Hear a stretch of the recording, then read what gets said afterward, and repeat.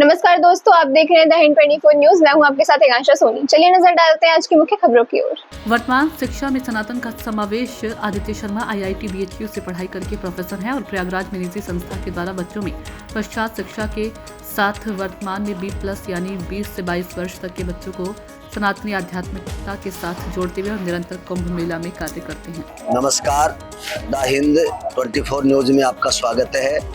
इस महाकुंभ के पवित्र मेले में घूमते घूमते हम लोग पहुँचे हैं एक ऐसी शख्सियत के पास में जो खुद IITN है और यहाँ इलाहाबाद में निजी संस्था में प्रोफेसर का कार्य कर रहे हैं।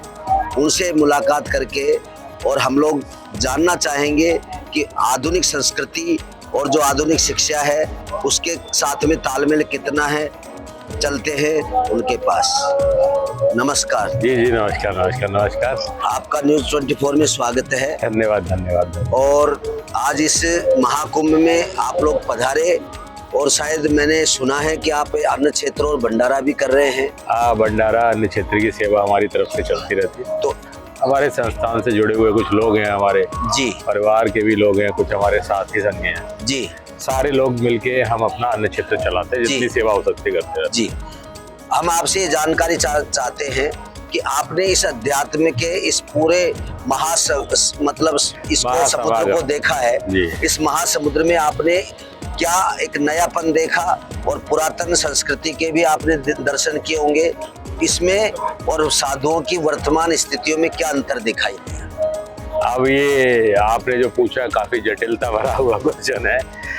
आज समागम में जो भी सनातन का अपना समागम है कुंभ मेला, इसमें पहली बार मुझे ये लगा कि काफ़ी यंगस्टर जो अपने नए उम्र के बच्चे हैं, जो अपना पढ़ाई किए हुए हैं, ग्रेजुएट है, पोस्ट ग्रेजुएट है, काफ़ी इंटेलेक्चुअल वर्ग आप उसको बोल सकते हैं।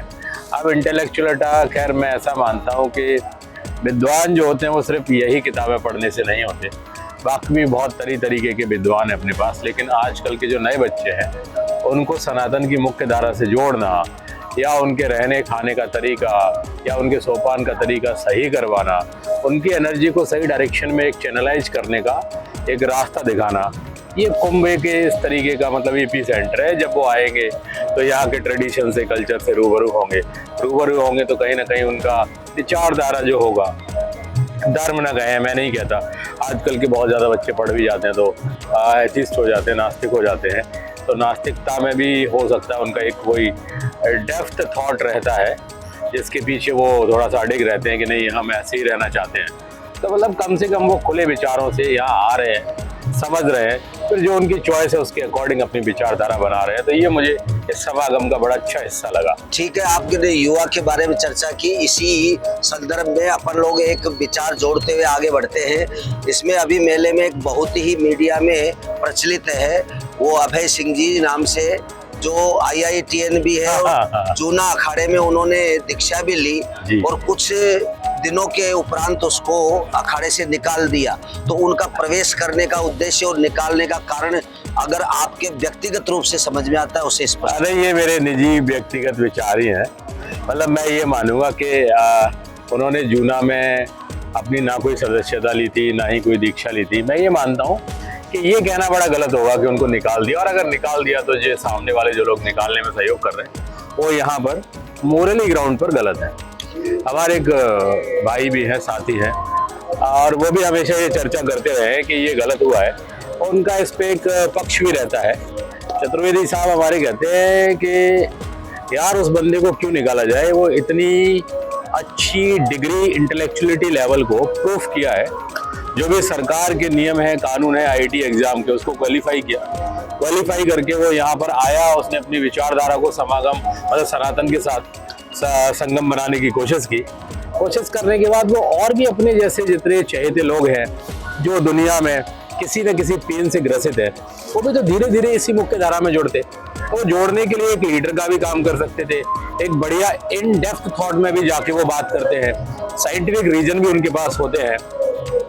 तो कहीं ना कहीं मुझे ये विचार अच्छा नहीं लगा कि उनको निकाल दिया, नहीं निकाला जाना चाहिए, क्योंकि इस भूमि पे तो जितने भी लोग आते हैं प्रयागराज की कुंभ भूमि में, हर कोई अपने आप में छोटा सही बड़ा सही संत ही है।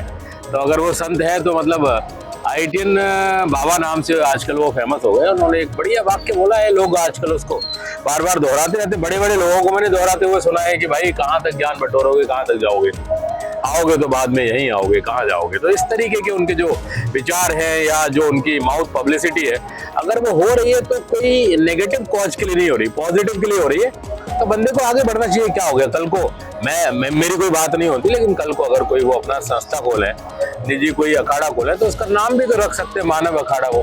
तो मानवीयता मूल्यों के आधार पे होना चाहिए, कोई बाउंडेशन तो है नहीं किसी के विचारों पे। अब किसी के विचार बाउंडेड नहीं है तो या तो वो पॉजिटिव हो सकते हैं या नेगेटिव हो सकते हैं।